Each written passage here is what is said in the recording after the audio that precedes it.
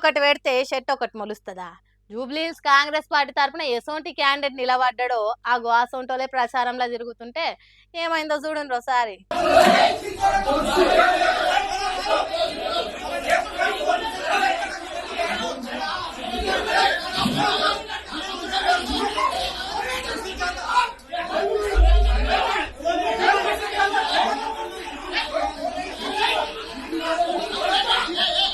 చూసిండ్రా, ఒకళ్ళ కంటే ఇంకొకళ్ళకు పడని పార్టీలు రెండు ఎదురు పడితే కొట్టుకున్నట్టు, గల్లీల గల్లలు పట్టుకొని గుద్దుకున్నట్టు ఏ తీరుగా కొట్లాడుతున్నారో చూడండి.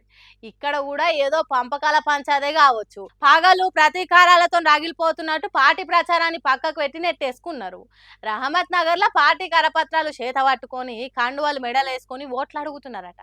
మరి ఎక్కడ జడిందో ఏమో నవీన్ యాదవ్ గ్యాంగు, భవానీ శంకర్ గ్యాంగులు రెండు గ్రూపుల తీరుగా విడిపోయి సై అంటే సై అన్నట్టు జబ్బలు జరుచుకునుడు, తొడలు కొట్టుకునుడు చేసిండ్రు. ఇక అక్కడున్న జనాలు అబ్బా ఎంత మంచి పార్టీ, ఇంత క్రమశిక్షణ ఉన్న పార్టీకేనా వీళ్ళు ఓటేయండి అడిగేతానికి వచ్చింది.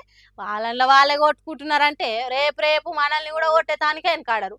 కాబట్టి ఈ సొంటోలో కోట్లేసి గెలిపిస్తే ఏం జరుగుతుందో చెప్పగానే చెప్తున్నారు. మా ఇంట్లో ముంగట కొట్టుకొని ఇంతటి మహానుభావులే గల్లలు పట్టుకొని కొట్టుకున్నోళ్ళే మన బతుకులను ఆగం చేస్తారు. కాబట్టి ఇంత మంచి కాంగ్రెస్ పార్టీకి ఓట్లేసి మన ఇండ్లు గూల కొట్టించుకోవాలి. ఆదర్శప్రాయుల పార్టీకి అండగుండి ఓట్లేస్తే ఏమవుతుందో పూర్తిగా తెలుసు. కాబట్టి గట్టి నిర్ణయానికి వచ్చిందట జూబ్లీహిల్స్ పబ్లిక్. ఇక చూడాలి మరి ఏమవుతుందో, ఇక వాళ్ళు గెలుస్తారు.